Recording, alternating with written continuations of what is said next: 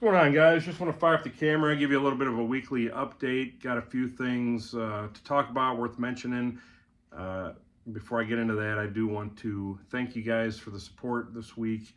Recently did a drop of only 6 neck knives. It was kind of a smaller drop, but they sold out quite quickly, which I was really grateful for. The first 5 of the 6 sold within just a few short hours, and the last one sold maybe a day later. So within 2 days, all 6 knives had sold, along with a number of sheaths as well. Had a pretty good weekend full of orders, which I always appreciate. Really grateful for that support, so I want to thank you guys who participated. There will be some more drops upcoming, but with those funds that I was able to get this last week, I was able to turn a lot of that back into the shop, into the business, and actually invested into a couple of much and long needed upgrades, one of which is right here that I figured I'd show you guys. Now, if you follow me on Instagram, you've already seen this, but if you haven't, I finally got myself a Rockwell hardness tester. Now, this is a tool that I probably should have invested in long before this. Really, ever since I first started making knives, I took a little bit of a unique path that a lot of makers don't really do it this way. I started off, before I even made my first knife, I had already built a 2x72 belt grinder, and right after that I built my own heat treat oven from scratch.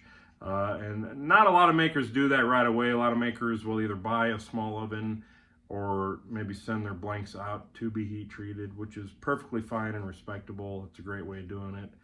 I just wanted a little bit more control from the start and wanted to kind of jump in, feet first. Into the whole experience there. So, that's how I did it. So with that being said, as somebody getting into heat treating, right from the start, this really probably was a tool that I should have invested in well before this. But that being said, is it 100% necessary? Can you make knives without one of these? Of course. I mean, obviously I did. Plenty of guys do.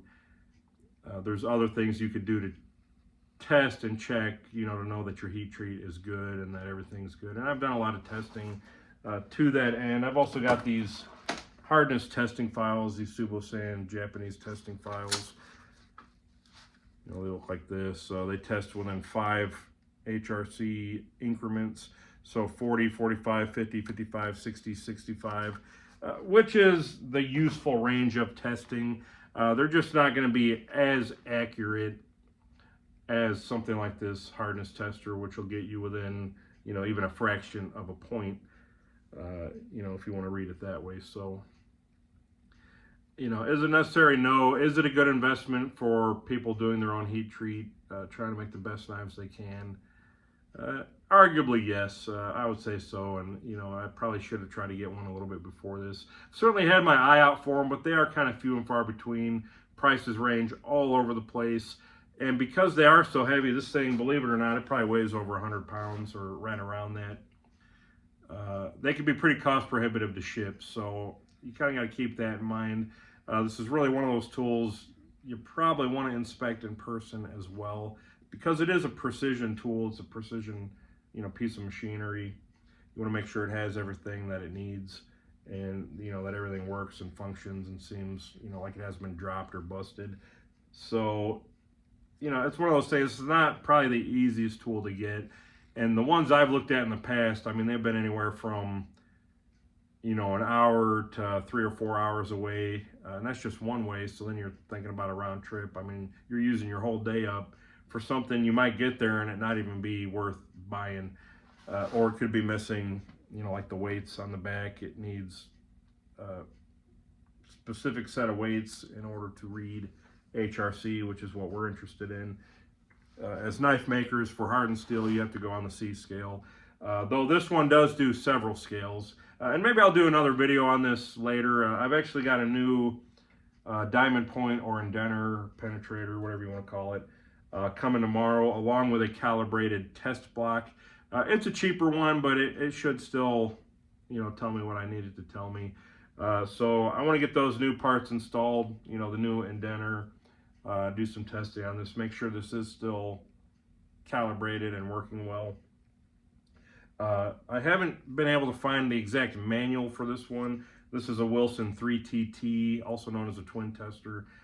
There are some older Wilson manuals that pertain to some of the stuff on this machine I've been reading, but it'd be nice if I could have had just an actual operating and maintenance manual for this guy. If anybody knows where I can find one, I'd appreciate it if you commented below.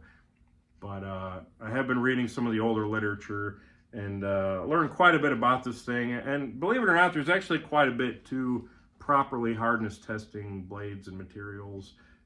Lots of things that you can do wrong to not get the proper reading that you should be getting.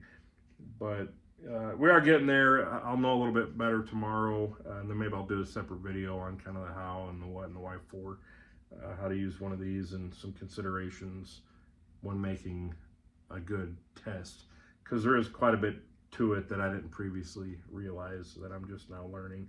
So there's a little bit on that. I'm trying to think if there's anything else I really wanted to say about it. Well, for one, I guess maybe this will be another video too. Some people might wonder, why would you even want one of these? The short of the long answer, or shorter of a longer answer, is it's a good sanity check. Make sure everything's working properly, that the recipe you're using not only is the right recipe, but that you have the right steel, the right heats, the right times, the right speed of quench and cooling temps. Heat treating is a science. There's actually a lot to it. It's not just make blade hot or make steel hot, then make steel cool. Okay, now you're hard. There's quite a bit that actually goes into it, a little bit beyond that. If you want a really good resource, by the way, this is kind of like the main resource nowadays. Check out Dr. Larrin Thomas's book. The title just flew out of my head. What was it called? Knife Steel. It's a blue book. It's about knife metallurgy, it's about general steel and metallurgy, but more specifically geared towards knife makers and knife making and knife steels. So you can look up that book. He's got another one about the history of knife steel, which is also really interesting. I've got both of the books, but yeah, check out that book. Or Knife Steel Nerds. He's got a website and a YouTube channel. Lots of great information. But yeah, heat treating is a science, and hardness is just one of many kind of variables or factors. One part of the equation of what goes in and out of this, and this kind of helps tell you, at least in one data point, that you're doing things right. And there's other ways you can kind of use this to kind of experiment and to verify and to visualize changes in steel after certain processes like cryogenic tempering or sub-zero tempering. There's really no other better ways to test and verify certain things than to check the hardness with one of these testers. Now, do you absolutely need one of these to make knives? No. Do you absolutely need one of these types of testers? There are many other kinds, but this is probably one of the better ones. And once we verify that it's calibrated and working like it should, I'm definitely going to be putting this bad boy to use. Now, along with this, along with the shop update, I have also invested in a used liquid nitrogen dewar. For those who don't know, a dewar is basically, it's almost like an oversized thermos. It's vacuum sealed, insulated for holding liquid nitrogen, which we use for cryogenically tempering knife steels. It'll take it to, I think, approaching negative 300 plus degrees Fahrenheit.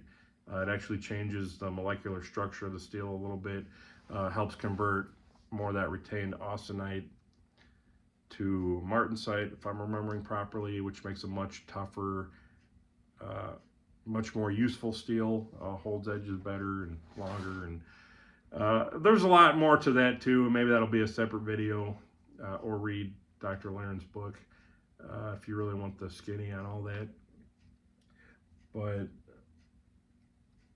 it's another part of the process, and something I've been needing to kind of invest in for a while. Now, way back when, I did kind of price all this out. Interestingly enough, and this was probably several years ago now, I did price, like, what would it take for me to get into heat treating stainless. So there's certain things you need. For one, you don't absolutely need cryo treatment, but if you're going to bother to spend the extra time and money and effort to heat treat stainless steel, in my opinion, you should go that extra step, that extra mile, to give it a cryo treat to get more out of the steel than you would otherwise. Some might argue that it's not completely necessary. Some might argue that for some steels it is. You still should regardless. So I priced that out way back when. Okay, what would it cost to get a dewar, to get quench plates, to get stainless steel tool wrap, to have an oven that gets to the temperatures needed, a better controller for ramp and soak times. Priced all that out, and it was honestly much cheaper to just send them to a third-party heat treater at the time, like Peters Heat Treat or Boss Heat Treating. There's other heat treaters I priced out as well. That's not so much the case anymore. Peters, they've like really grown, and along with their growth, so have their prices. So I don't know if they're getting a little too big for their britches, or they just have so many orders they almost have to, just to keep demand down, they have to raise prices. More power to them. I wish them all the best. But it's become prohibitively expensive for somebody like me to just send like 12 or 15 or 20 knives. These guys, I think they're wanting more like the larger batches, or even just the one-offs. But started to be very cost prohibitive. There are other heat treaters, though, by the way, that are less cost prohibitive. But once I started kind of repricing all this stuff out, and I also found a local liquid nitrogen supplier who was actually quite a bit cheaper than I thought it would be, it started making more sense for me to start tooling up to do this kind of stuff in-house. And so that's part of the reason I got this. I'm getting the dewar. I've got an upgraded oven from what I first had. Built a better one, put a better controller in it. I got some nice big quench plates and other things. So I've just kind of slowly been tooling up, and now we're going to kind of get the final couple pieces that really will allow me to heat treat almost any steel that I want to, and hopefully optimize, that steel for, knife making and using, and even to heat treat other things. So I'm actually pretty excited about that. Hopefully that dewar will be coming within the next week or so, though I'm probably not going to fill it for a while. Well, for one, I want to rig something for the back of my truck for this thing to safely be transported in. I don't need liquid nitrogen sloshing around in my back seat, and I also probably don't want it, off-gassing, replacing oxygen in my truck cab. So I probably want to carry it in my truck bed, so I need to build like a little box for that so it doesn't, slide around and get damaged. The other thing, it's also going to weigh about 100 pounds, so I got to, when it's full, I think I can lift that up to a truck bed. I don't know, I got short legs. So we may have to make like a little lift system too. We'll see if I can come up with something for that. I've got just some real simplified ideas for that, but we'll see. It'll be a little bit more time and investment to get something that I think will work well. But the other thing is I don't have anything to heat treat yet. I need to get some steel and get some blanks. I'm actually thinking of maybe sending a couple patterns to a water jet service, see what they can quote me to cut, I don't know, maybe 40 or 50 blanks. If not even a little bit more. I mean, this might be something also, like I could get this thing filled. If it's in good condition still, the dewar should last for about 100+ days if it's filled to the top. So, I mean, that's 3 months I could spend, heat treating blanks. And even if it's just a couple weeks or a couple months, or even 1 month, that's plenty to heat treat probably, 50 or 100 knives. If I do a few, couple, 3, 4, 5 nights a week, we'll just keep working through them. Then I can have all these blanks heat treated and then just finish them as I go, and maybe do 2 or 3 a week or 4 or 5 a week. So I'm kind of planning some things out. I'm also revising some designs so that instead of gluing on scales and painting pins into place, and since I'm going to be doing probably more stainless, I'd probably like to just have bolt together designs. We'll kind of see how those work. So, playing around with some ideas like that. But at least I'll have the capacity, the capability coming up, and just to fill the thing. By the way, I'm getting a 35 liter Taylor Wharton Dewar. It actually comes with a little dolly for rolling it around the shop. Comes with some sample holders that I could probably even place the knives in and dip them down in there. So this should be a pretty nice Dewar as long as it hasn't lost vacuum. And even if it has, I could probably figure out a way to re-vacuum and insulate it. So I'm really not worried about that. Maybe I should get a blanket for it as well. But we'll see how that goes. I've got some ideas, concerning that. But this also has a nice big opening. It's like a 3.5 or 4 inch opening for the neck, so I can fit some really big knives or really small knives in there quite easily. So it should be a nice little addition to the shop. And that'll be another video too when it gets here. And obviously when I fill it and start using it, we'll start making some content around all that. And then the price I got at the local welding supply, it's about $3.40 per liter. So I was doing the math to fill this thing plumb to the top would only cost me like 120 bucks. And even if I tell them like, hey, put 25 or 30 liters in there, we could probably do that too, and that'll be less than 100 bucks. So if I could get, even say 30 to 40 blades to heat treat and cryo temper, I mean, that's, less than $3 a blade, which I think is very reasonable, for that added toughness, that better quality of steel and heat treat. So I'm pretty excited about that. And, we'll see how it goes. Hopefully it won't be a complete waste of money. I'm assuming this thing will hold nitrogen and last a little while, even if I get a couple, 3 weeks out of it. I'll just have to try to hurry when I heat treat, right? So that may bring its own challenges with cooling plates and everything else, but we'll see how it goes. I'm optimistic. I think it'll be some good upgrades to the shop. And just being able to heat treat almost any type of steel, the way I want to and get the results I'm looking for and prove the results that I'm looking for. I'm really happy and excited about that. So that's pretty much it on the new equipment upgrades, heat treating side of the shop update. As far as other things, I'm going to soon start working on another quick little batch of some belt clip adapters for my screwdriver sheaths. I've had some requests for those, so I'll be listing probably a dozen or so. Hopefully by tonight, we'll see. Also, I had to place a new order for some Riley Knife and Tool stickers. Those hopefully will be coming in the next week or two. I'm getting down to my last just little pile. And that started out at about 500 stickers, so I'm kind of almost surprised. It seemed like they went faster than I thought they would, but I guess that's a good thing. It means people are placing orders and, getting stickers. And maybe I'm being too generous with them, I don't know. But I went through those kind of quick, so I ordered another 1,000. And they're not cheap, but I think it's a nice little touch, to add to orders. And I don't know, who doesn't like stickers, right?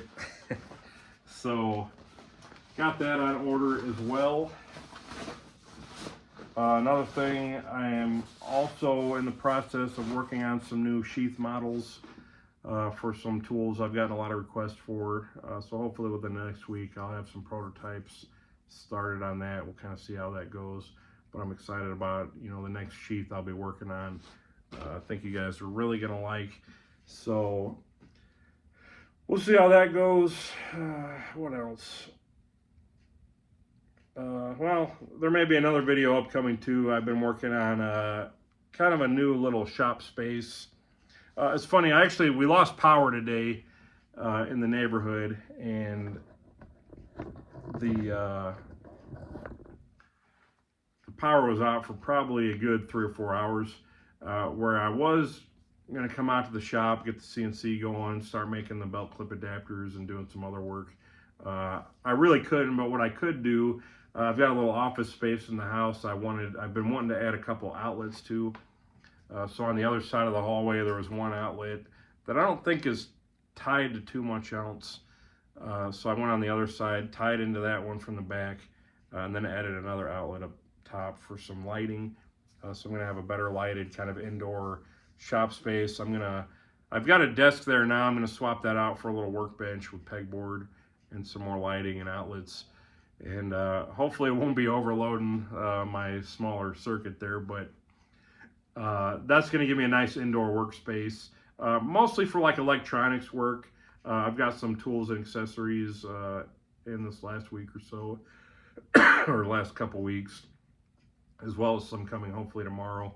We'll get that set up, and maybe I'll do a different video on like my new kind of electronics workstation, soldering setup, that kind of stuff. And I'll also use it for like my order fulfillment and, you know, putting cheese together and other things. So it'll be a nice little useful space. We'll get that kind of cleaned up and organized, and maybe I'll do a little bit of a sneak peek video of that. So that should probably be it for the update. We'll try to keep this right around 20 minutes. I'm sure I could go on blabbing for another 10 or 20 besides, but let's cut it off there. There'll be more content, more videos coming on the hardness tester in the future. More when I get the other, you know, parts and pieces of my heat treating setup, and again, as well as this indoor setup as well. And we'll see if we can't make a few more videos for you guys. If you made it this far, as always, I appreciate your watching, appreciate the support. And like I always say, we'll see you guys on the next one.